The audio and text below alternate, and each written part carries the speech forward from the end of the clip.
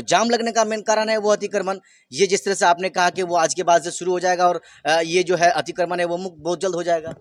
3 दिन के अंदर अतिक्रमण मुक्त होगा, क्योंकि आज नापी करवाना है और उसको मार्किंग करवा देना है।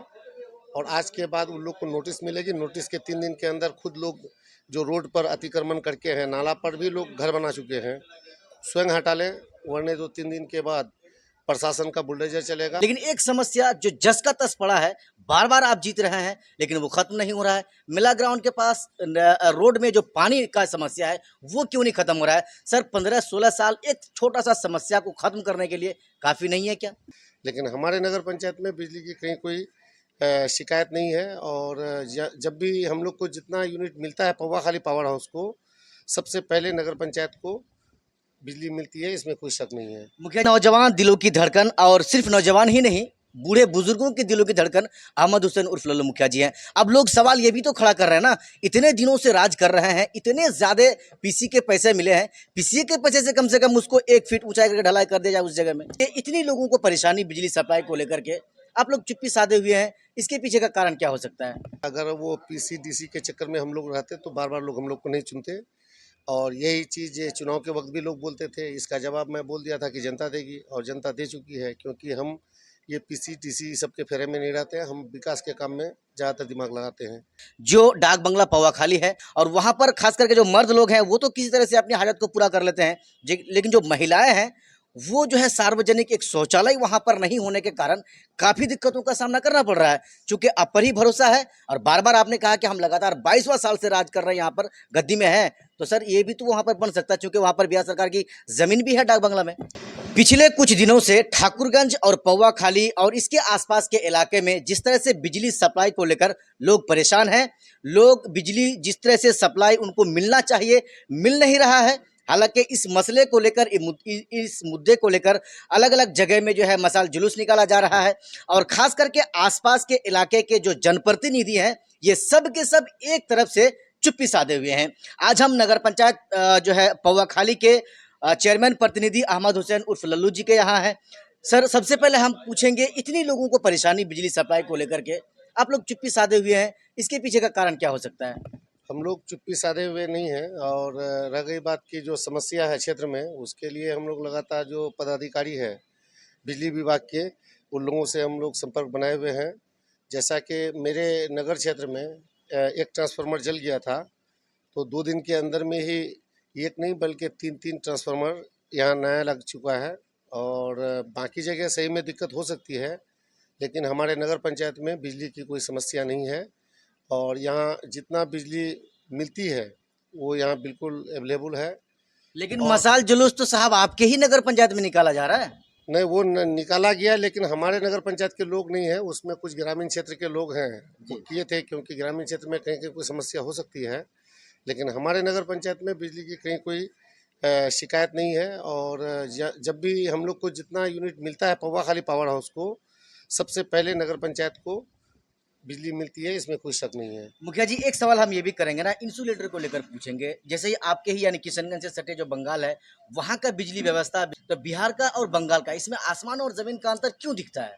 इसमें सही में जो जिस टाइम में टेंडर हुआ है, बड़े पैमाने पर घोटाला हुआ है, तार पर, आइसोलेटर पर, और वो जो दीगर सामान जो खरीद हुआ है, इसमें बिल्कुल अनियमितता बरती गई है। ये सवालिया निशान है। और जो एजेंसी टेंडर लिए हैं उस पर जांच गठन करना चाहिए कि यहीं बगल में जो पड़ोसी क्षेत्र है हमारे बंगाल, वहाँ का बिजली व्यवस्था, बारिश हो आंधी हो बिजली गरजे ठीक रहती है, और हमारे यहाँ थोड़ा सा भी बारिश आंधी आने पर बिजली कट जाती है।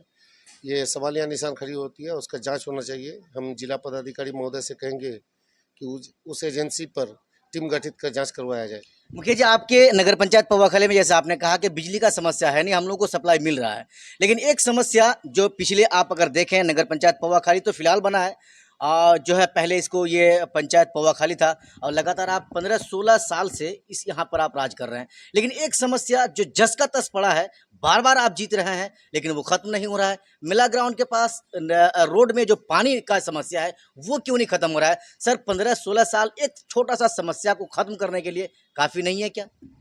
नहीं, ये तो सही बात है कि ये मेरा 20वां साल चल रहा है। जी बिल्कुल। और 20वां नहीं बल्कि 22वां साल चल रहा है। अच्छा। और दूसरी बात ये है कि सही बात है कि वो समस्या है, लेकिन वहाँ टेक्निकल कुछ प्रॉब्लम है कि वो ये रोड जो है रोड नंबर 54 ये आरसीडी के अंतर्गत आता है।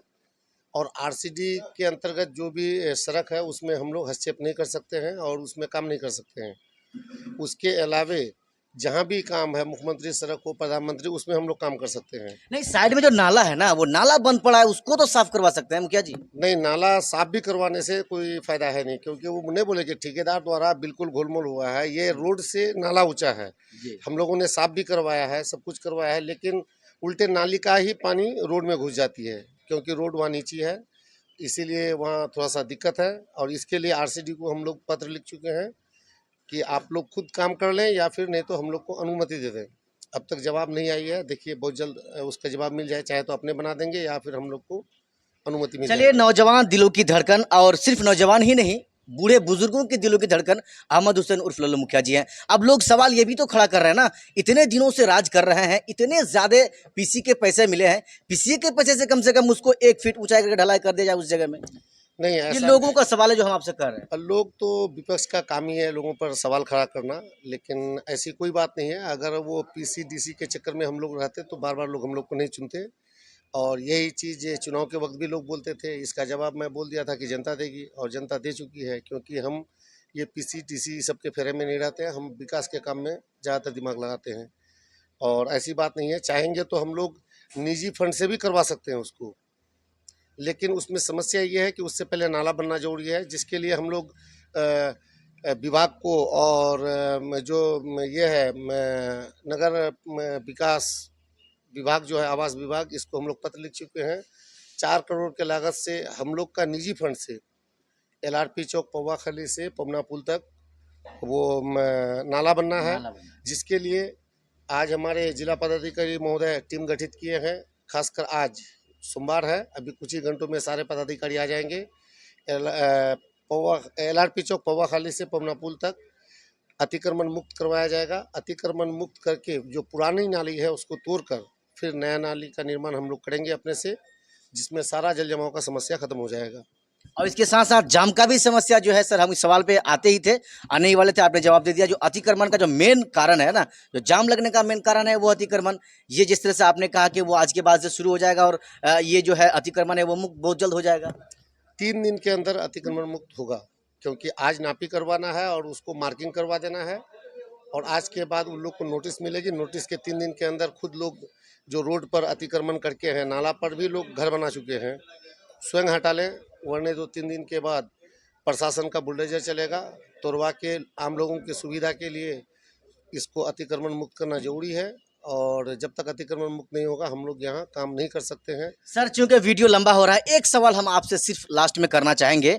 जो डाक बंगला पौवा खाली है, वहाँ पर जो स्टेशन वगैरह जो वैसे तो जनरली स्टेशन है नहीं, लेकिन जो वहाँ पर जो दूर दूर से जो सवारी लोग आता है, वहाँ पर जो सफ़र करता है, क्योंकि टेम्पो वगैरह वहाँ पर मिलता है, और वहाँ पर खास करके जो मर्द लोग हैं वो तो किसी तरह से अपनी हाजत को पूरा कर लेते हैं, लेकिन जो महिलाएं हैं वो जो है सार्वजनिक एक शौचालय वहां पर नहीं होने के कारण काफी दिक्कतों का सामना करना पड़ रहा है। चूंकि आप पर ही भरोसा है, और बार बार आपने कहा कि हम लगातार 22वां साल से राज कर रहे हैं, यहाँ पर गद्दी में है, तो सर ये भी तो वहां पर बन सकता है, क्योंकि वहां पर बिहार सरकार की जमीन भी है डाक बंगला में। नहीं, वो तो होना है और होगा भी, वहाँ पर बनेगी, लेकिन बात यह है कि डाक बंगला वाला ज़मीन में तो हम लोग नहीं बना सकते हैं, क्योंकि वो जिला परिषद के अधीन आता है जी।